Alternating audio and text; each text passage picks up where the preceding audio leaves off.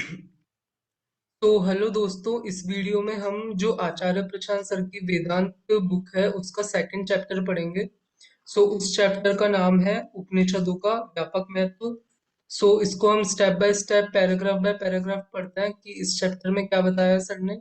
सो चलो स्टार्ट करते हैं। सो भारत में उपनिषद भारत में भले ही घर घर में लोकप्रियता न रखते हो, पर लोकप्रियता बहुधा श्रेष्ठता का मापदंड नहीं होती है। उपनिषदों के दर्शन ने आदिकाल से ही भारत और पूरे विश्व में श्रेष्ठतम चिंतकों को प्रेरित किया है। उपनिषदों के दर्शन और चरित्रों को हम अनगिनत भारतीय ग्रंथों में पाते हैं। औपनिषदिक विचार के अवलंबन के बिना शायद ही कोई भारतीय ग्रंथ अस्तित्व में आ पाता। महाभारत में, विशेषकर भगवत गीता में, रामायण में, पुराणों में, स्मृतियों में, मध्यकालीन संतवाणी में और यहाँ तक कि वेदों से हटकर भी जो नास्तिक दर्शन है उनमें भी उपनिषदों के विचार को पाया जाता है। उपनिषदों से साजे सिद्धांत, कथाएं, चरित्र व पात्र हमें बौद्ध और जैन ग्रंथों में भी मिलते हैं। वहां पर भी आत्मा और कर्म आदि सिद्धांतों का प्रयोग किया जाता है। यद्यपि आत्मा और कर्म से जो उनका अर्थ है, आशय है, वो भिन्न हो सकता है। विशेषकर महात्मा बुद्ध के दर्शन का आधार निश्चित रूप से उपनिषद ही है।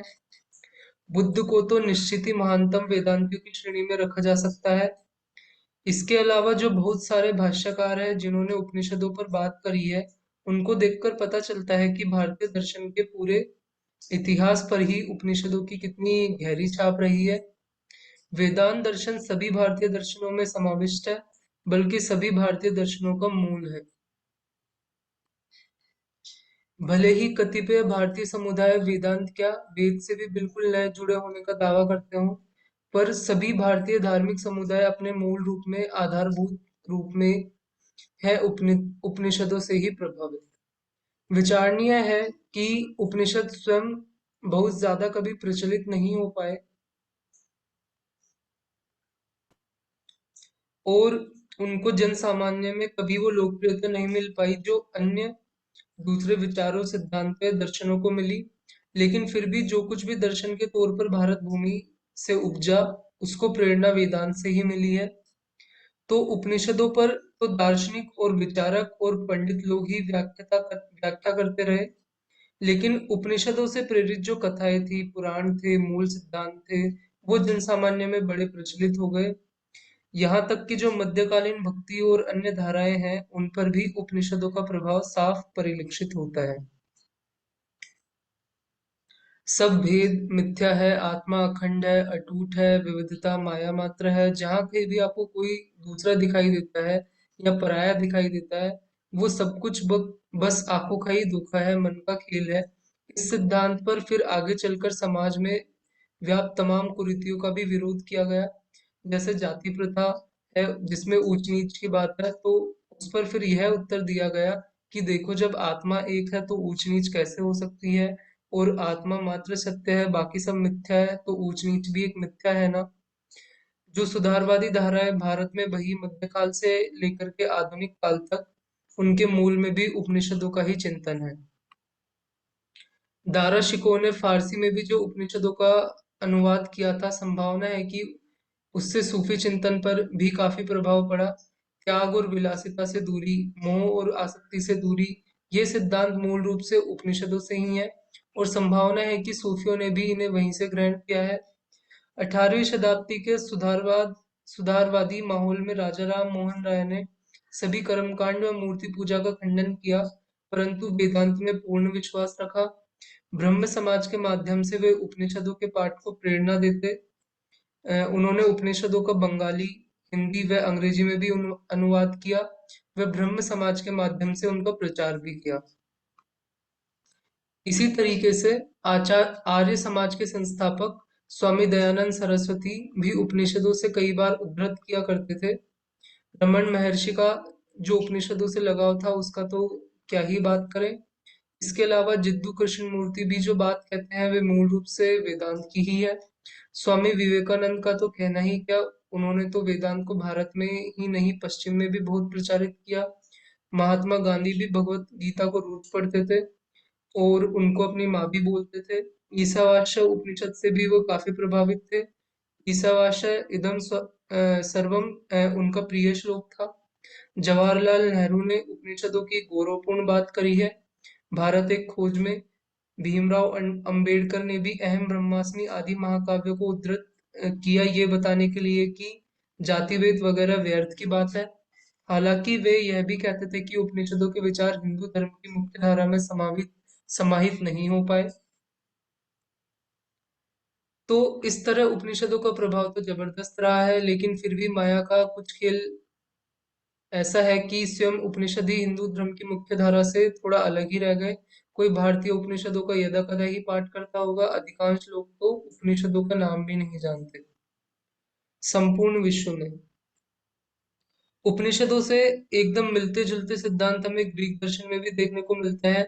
उदाहरण के लिए पाइथागोरस, सुकरात, प्लेटो आदि ईसा पूर्व 5वीं से दूसरी शताब्दी तक के दार्शनिकों के वक्तव्यों में प्लेटो का गुफा का रूपक तो अवश्य ही उपनिषदों से प्रेरित प्रतीत होता है।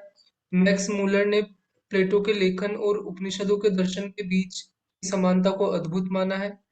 प्लेटो के गुरु सुकरात भी कहा जाता है कि एथेंस की सड़कों पर विचरते एक भारतीय दार्शनिक से मिले, जिससे उन्होंने ब्रह्म व अब्रह्म के बीच का संबंध का ज्ञान पाया। ग्रीक दार्शनिकों का पुनर्जन्म में विश्वास भी संभवतः पूर्व से ही आया। दारा शिकोह इस वर्ष की सिर ए अकबरी नामक पुस्तकों में इतने उपनिषदों का फारसी अनुवाद मिलता है। दारा शिकोह ने बनारस से विद्वानों को दिल्ली बुलाया था और लगभग 2 वर्ष में यह किताबें पूर्ण हुई।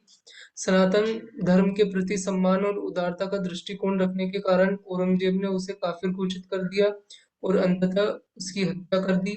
आज इतिहास में दारा शिकोह हाशिए का एक नाम बनकर रह गया है, लेकिन उनका योगदान बहुत आगे तक गया।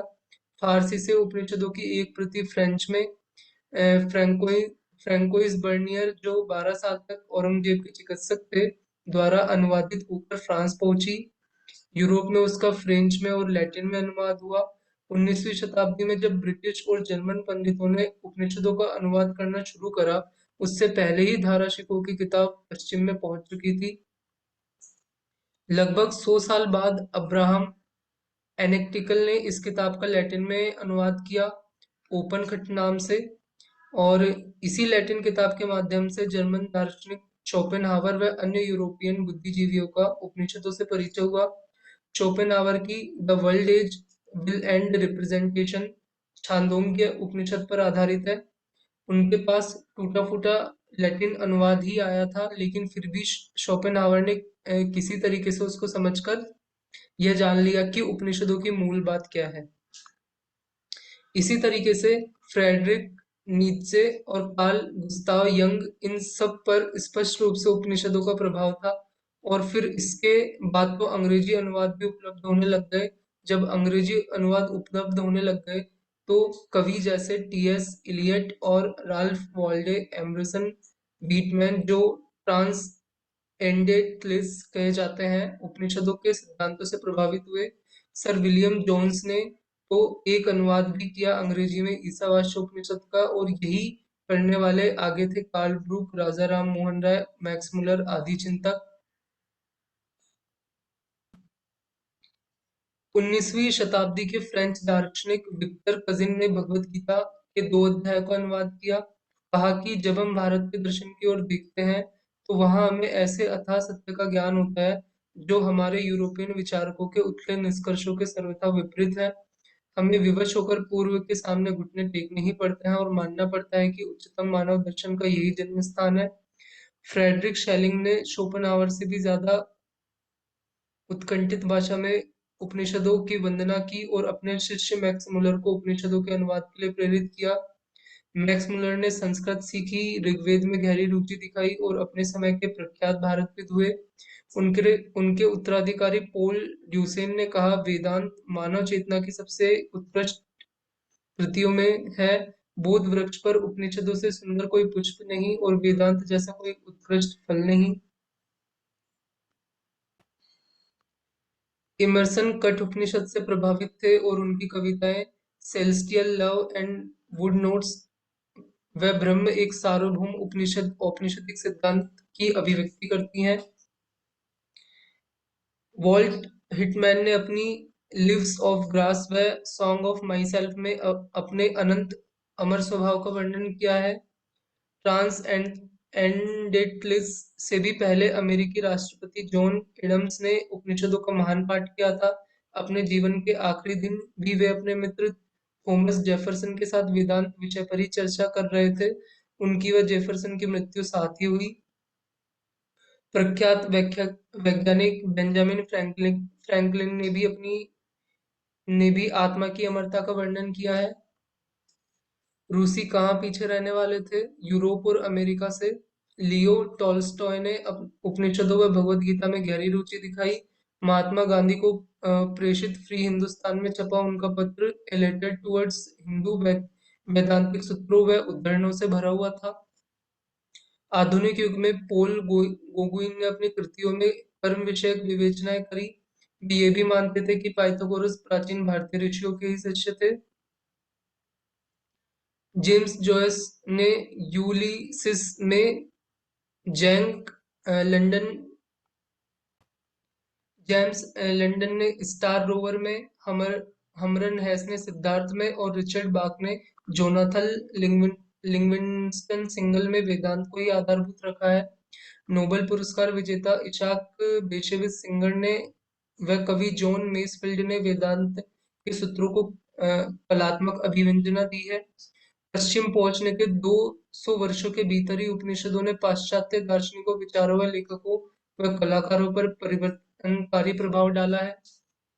तो उपनिषद ऐतिहासिक रूप से प्रभावशाली तो बहुत रहे हैं, पर बस उन्हीं चिंतकों और साधकों के लिए जो सच के खोजी हैं। आज समय ऐसा है कि सच की निकटता बहुत आवश्यक हो गई है, तो काल धर्म है कि उपनिषदों को जन सामान्य के बीच में वो स्थान दिलाया जाए जिसके वे अधिकारी हैं।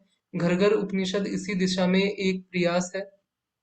सो आपको उपनिषदों का व्यापक महत्व वाला चैप्टर अच्छा लगा होगा, तो अच्छा लगा हो तो लाइक करें, सब्सक्राइब करें। हम मिलेंगे नेक्स्ट चैप्टर के साथ नेक्स्ट वीडियो में।